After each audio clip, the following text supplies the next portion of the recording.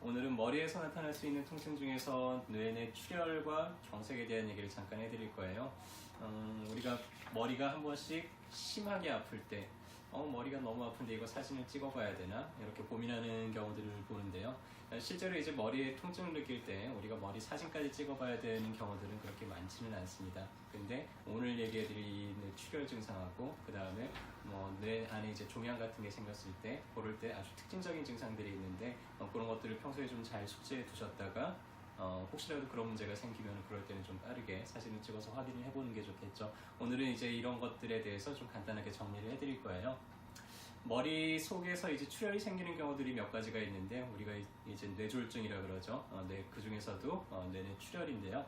외상에 의해서 출혈이 생기는 경우들이 많아요. 우리 머리 어디 꽝 부딪혔을 때 그럴 때 이제 생길 수가 있고요. 혹은 부딪히는 외상이 없이 혈압에 고혈압에 의해서 혹은 동맥류가 있다가 동맥류가 이제 터져서 여러 가지 이제 전신 질환으로 인해서 뇌 안에 이제 출혈이 생기는 그런 경우들도 있을 수가 있습니다. 주로 외상성 뇌출혈은 노인들 같은 경우에는 이제 침대에서 자다가 떨어져서 젊은 사람들 같은 경우 교통사고를 당하거나 아니면은 어디에 이제 꽝 부딪혀서 구타에 의해서 이제 생기기도 하는데요. 가끔 이렇게 영화나 만화 같은 거 보면 사람 기절시키려고 머리를 한 대 이렇게 강목으로 세게 때린다든지 이렇게 해가지고 잠깐 기절을 시키는 그런 장면이 나오는데 실제로는 상당히 위험한 일입니다. 그런다고 해서 사람이 기절했다가 금방 깨어나고 이러지 않고 그대로 정말 큰일이 날 수도 있으니까 되도록이면 그런 일은 벌어지지 않았으면 좋겠고요. 이제 머리 안에서 출혈이 생겼을 때는 이 두통이 그냥 은근히 평상시에 느낄 수 있는 그런 종류의 두통이 아니에요. 난생 처음 경험을 해보는 마치 머리를 망치로 한 대 꽝 얻어 맞은 것 같이 도끼로 내 머릿속을 한 대 꽝 내려 찍은 듯이 그렇게 어마어마한 이제 종류의 통증을 느끼게 되고요. 자, 그리고 나서 서서히 좀 몸에 어떤 마비감이라든지 아니면 의식이 떨어지면서 불러도 좀 대답을 잘 못하다든지 만약에 그런 양상을 보이는 사람들이 있으면은 빠르게 이제 응급실로 좀 데리고 가는 게 좋겠죠. 일단은 머리가 부딪히고 나서 머리 안에 피가 고이는 일들이 생겨요. 주로는 머리 바깥쪽으로 볼록 이렇게 혹이 나는 경우들이 있죠. 혹은 경막상으로 이렇게 피가 고이는 경우들이 있습니다. 우리가 흔히 이제 뇌진탕이 생겼다고 하는데 머리를 한 대 꽉 맞고 흔들리고 나서 잠깐 의식을 잃는 경우들도 있는데 대체적으로 이제 후유증이 없이 잘 낫습니다. 근데 위험한 거는 이제 여기서부터예요. 경막 하에 이제 출혈이 생겨서 고이거나 이렇게 되면 피가 고이면서 뇌를 한쪽으로 점점 밀기 시작을 해요. 혹은 지주막 하에 이제 출혈이 생기거나 아니면은 뇌 안쪽에 이제 뇌 내에 피가 고일 때 이때는 정말 이제 응급 상황입니다.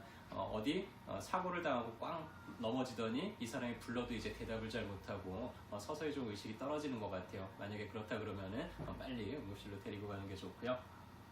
그래서 뇌 안에 출혈이 있는 거는 CT를 찍어보면 바로 알 수 있어요. 초반에는 MRI보다는 CT상에서 출혈이 잘 관찰이 된다 해서 이런 문제가 생겼을 때는 급하게 이제 뇌 머리에다가 구멍을 뚫고 피를 빼내거나 지혈을 시키는 그런 치료를 하게 되고요. 일단은 뇌출혈은 그렇고 뇌출혈보다 훨씬 더 빈도가 많은 거는 뇌 안에 이제 구멍 막혀버리는 거, 혈관이 막히면서 이제 뇌경색이 훨씬 더 많이 나타나고요. 우리는 혈압약 드시는 분들 꽤 많잖아요. 혈압약을 쓰다 보니까는 압력을 많이 이제 낮게 관리하니까 혈관이 터지는 경우들은 상당히 많이 줄었습니다. 근데 문제는 막히는 경우가 너무 많이 늘어나 버렸어요.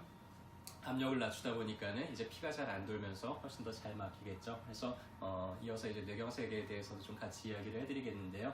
뇌경색이라는 거는 혈관 어딘가가 동맥경화나 혈전에 의해서 막히게 되면 이제 혈액 공급을 받지 못하는 뇌 신경 세포들이 이제 죽겠죠. 뇌세포 같은 경우에는 산소 공급을 한 5분 정도만 못 받더라도 이제 죽어버려요. 그리고 뇌세포를 한번 죽어버리면은 다시 되살아나기가 어렵습니다. 그래서 최대한 빨리 발견을 해서 빨리 치료를 할수록 후유증을 훨씬 덜 남길 수가 있겠죠.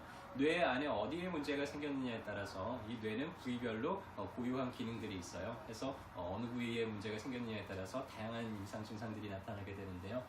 주로는 몸이 한쪽으로 좀 이렇게 돌아간다든지 아니면은 한쪽 팔다리에 마비가 생겨서 힘이 안 들어간다든지 아니면 갑자기 말하는 게 좀 이렇게 어눌해진다든지 아니면 의식이 점점 이렇게 떨어져서 잠만 자려고 한다든지 아니면 어지럼증을 느끼는데 이 어지럼증이 앉았다 일어날 때 핑하는 이런 종류의 어지럼증이 아니라 몸의 균형을 잡지 못할 정도로 그렇게 아주 힘든 그런 어지럼증을 경험을 하게 됩니다. 말초성 어지럼증 같은 경우에는 벽을 잡고 아무리 어지러워도 내가 걸으려고 하면 걸을 수가 있는데 이제 뇌 안에 출혈이 생기면서 어지럼증이 생기면은 벽을 잡고도 내가 몸을 지탱하기가 어려울 정도로 많이 심한 그런 어지럼증을 느끼게 되죠. 그리고 머리가 극심하게 아프다 그랬죠. 평생 내가 경험하지 못했던 아주 극렬한 이제 통증을 느끼게 되고요. 팔이나 다리 어디 한쪽이 감각이 급격하게 이제 떨어진다든지 이런 현상들을 나타내겠죠. 그래서 일단은 뇌출혈이나 뇌경색은 얼마나 빨리 발견해서 빨리 치료를 시작하느냐에 따라서 후유증이나 이 치료 기간이 많이 달라지기 때문에 최대한 빨리 응급실에서 이제 검사를 하는 게 중요하고요. 더 좋은 방법은 이런 문제가 생기지 않도록 평상시에 좀 관리를 잘하는 게 가장 좋겠죠.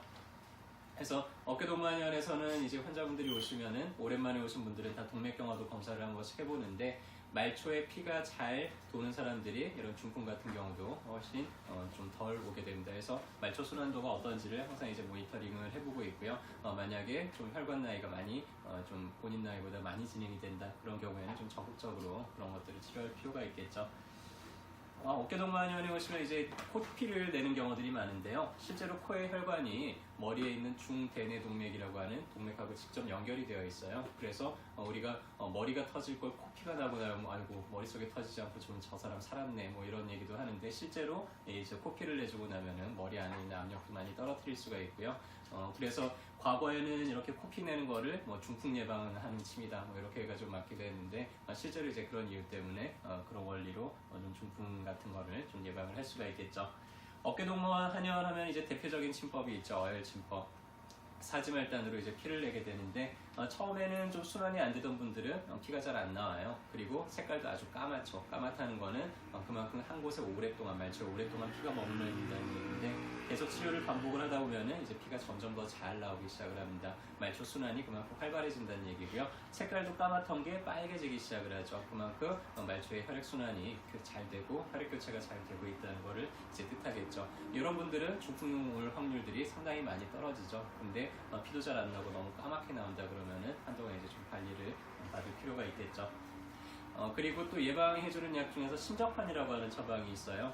중국에 있는 천사제약이라는 데서 만들고 일반의약품으로 이제 등록이 되어 있고 FDA 임상실험까지 다 통과를 했는데 상당히 효과가 좋습니다. 어떤 효과가 좋냐면 혈관을 깨끗하게 만들어줘요.